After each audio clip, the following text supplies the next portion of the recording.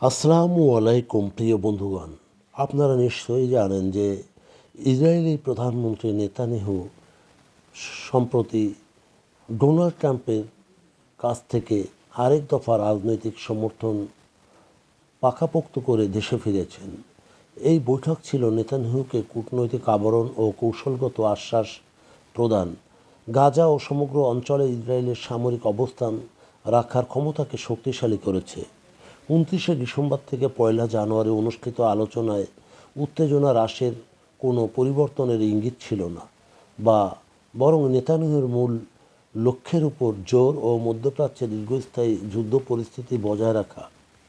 গাজা উপত্যকাকে স্থায়ী অস্থিতিশীলতার পরিস্থিতিতে আটকে রাখা যায় এ বিষয়ে ইচ্ছেমতো 10ই অক্টোবরের যুদ্ধবিরতি লঙ্ঘন করতে দেয়, যা রাজনৈতিক পরিণতি এড়িয়ে সহিংসতার পুনর্নির্মাণ করে। নেতানিয়াহু এবং তার চরমপন্থী জোটের নেতৃস্থানীয় ব্যক্তিরা বারবার দাবি করেছেন যে ইসরায়েল ইতিমধ্যেই জয় পেয়েছে। যদি তাই হয়, তাহলে গাজার ফাইল খোলা রাখার উপর জোর কেন, যা রাজনৈতিক, আদর্শিক ও কৌশলগত গণনার একত্রীকরণের মধ্যে নিহিত? প্রথমত, নেতানিয়াহু এই সম্ভাবনা নিয়ে জুয়া খেলছেন, যা আন্তর্জাতিক ও আঞ্চলিক মতামত অবশেষে গাজা উপত্যকা থেকে ফিলিস্তিনিদের জাতিগত নির্মূলের প্রতি গ্রহণযোগ্য হয়ে উঠতে পারে।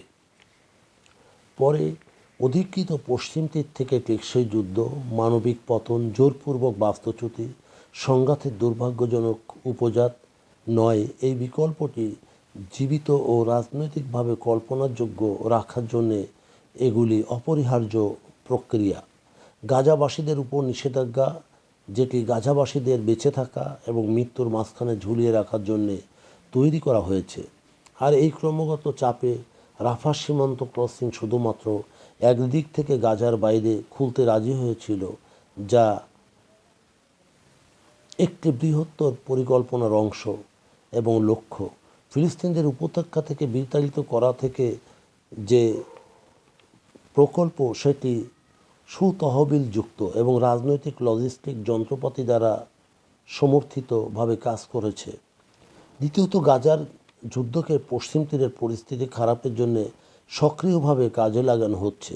আঞ্চলিক যুদ্ধের আড়ালে নেতানিয়াহু ও তার জোটের অংশীদাররা বসতি সম্প্রসারণ করে চলিয়েছে এবং দমন পীড়ন তীব্র করেছে, বিশেষ করে যা দীর্ঘমেয়াদী উপনিবেশিক প্রকল্প হিসাবে এগিয়ে নিয়েছে।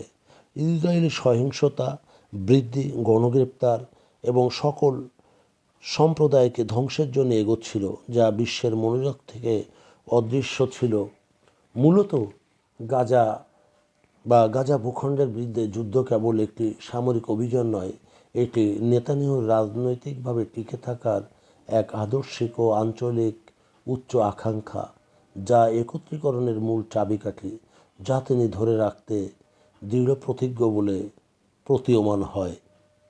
প্রিয় বন্ধুগণ, যদি আমাদের এই তথ্য গল্প আপনার ভালো লাগে, তাহলে লাইক এবং শেয়ার দিন, এবং আজ আমাদের সঙ্গে থাকার জন্যে ধন্যবাদ। আমাদের ফলো দিন এবং সাবস্ক্রাইব করুন।